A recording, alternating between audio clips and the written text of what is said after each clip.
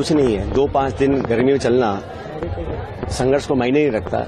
जिन लड़के लड़कियों ने साल 2 साल मेहनत कर कर कोचिंग लेकर ट्यूशन पैसे खर्च कर कर किराए के मकान में रह के पेपर दिए, पेपर लीक हो गए, उनका भविष्य अब अंधकार में जूझ रहा है, उन लोगों की पीड़ा हमें समझनी चाहिए, उनके परिवार वालों की क्या पीड़ा है।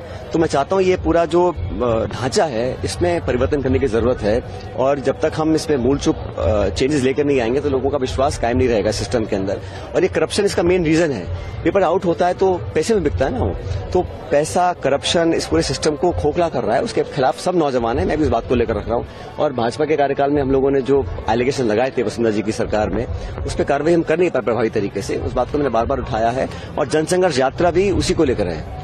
लेकिन जो पार्टी है वो ये कह रही है कि ये सचिन पायलट की अपनी यात्रा है, पार्टी का इससे कोई लेना देना नहीं है। चाहे वो दिल्ली की बात करें, एआईसीसी की बात करें, यहाँ की बात करें, गहलोत साहब भी कह रहे हैं कि उनकी अपनी यात्रा है, इससे पार्टी का कोई लेना देना नहीं है, वो अपनी पार्टी के खिलाफ हो सकता है। नहीं, मैं किसी के खिलाफ नहीं काम कर रहा हूँ। मैं तो करप्शन के खिलाफ हमेशा कांग्रेस पार्टी रही, मैं वही बात रख रहा हूँ। नौजवानों का फ्यूचर सिक्योर करने की बात कांग्रेस पार्टी में से करती है, मैं वही बात कर रहा हूँ। तो विरोधाभास कहाँ है इसमें? करप्शन को लेकर ही शायद कर्नाटक में कांग्रेस को बड़ी जीत मिली है, आप भी यही मुद्दा उठा रहे हैं, लेकिन सरकार उस तरीके का एक्शन लेती नजर नहीं आ रही। तो लेना चाहिए ना, वही तो मैं आगे कर रहा हूँ। इसमें पार्टी तो क्या कर सकती है? सरकार को एक्शन लेना है। सरकार बनी है, पार्टी के दम ने सरकार को कायम किया, हम सबने निर्माण सरकार का किया, इस आश्वासन के साथ कि हम कार्रवाई करेंगे। पिछले 25 साल से 5 साल कांग्रेस रहती है, 5 साल बीजेपी रहती है, तो ये घटनाक्रम तोड़ने का क्या उपाय है?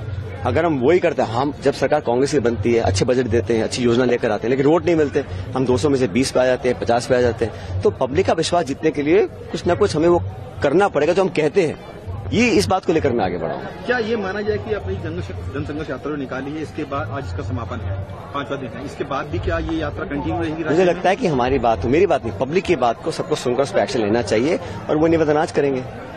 कल रंधावा साहब ने बात बोली थी कि कर्नाटक में हम लोग एकजुट थे, इसीलिए हम वहां जीते हैं, लेकिन राजस्थान की अगर बात करें तो शायद एकजुटता वो नजर नहीं आ रही है। इसका इफेक्ट चुनाव पर पड़ सकता है, लेकिन हम कोशिश करेंगे एकजुट हो जाए। मैंने कभी किसी की बुराई करी नहीं, मैंने कभी लांछन लगाया नहीं, किसी पे आरोप लगाया नहीं, किसी से मेरी अनबन व्यक्तिगत ना थी, ना है, ना होगी।